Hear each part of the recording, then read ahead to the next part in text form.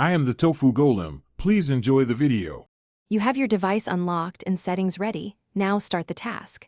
Tap Settings, then tap General to proceed.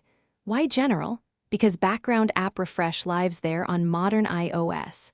Once in General, pause to look for Background App Refresh. Don't confuse it with cellular or App Store settings.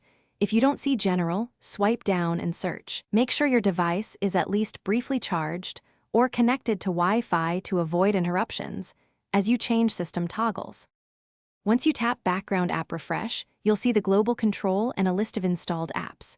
Choose the global setting first. Off stops all background refresh, Wi-Fi limits it to wireless, and Wi-Fi and cellular allows mobile data use. After that, scroll the app list to grant or revoke background refresh per app. Toggles respond instantly. This two-step approach ensures you control battery and data. If an app remains active in background, double-check its individual toggle and the global option for consistency. Finish by exiting settings and monitoring the apps you changed for a short while. If an app still refreshes or toggles don't stick, restart the device.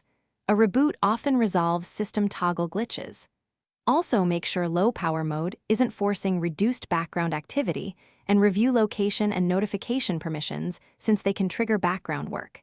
If problems persist, update iOS or reinstall the app. This last check helps you confirm both the how and the why behind background refresh behavior. Thanks for watching. Consider subscribing if we helped you today.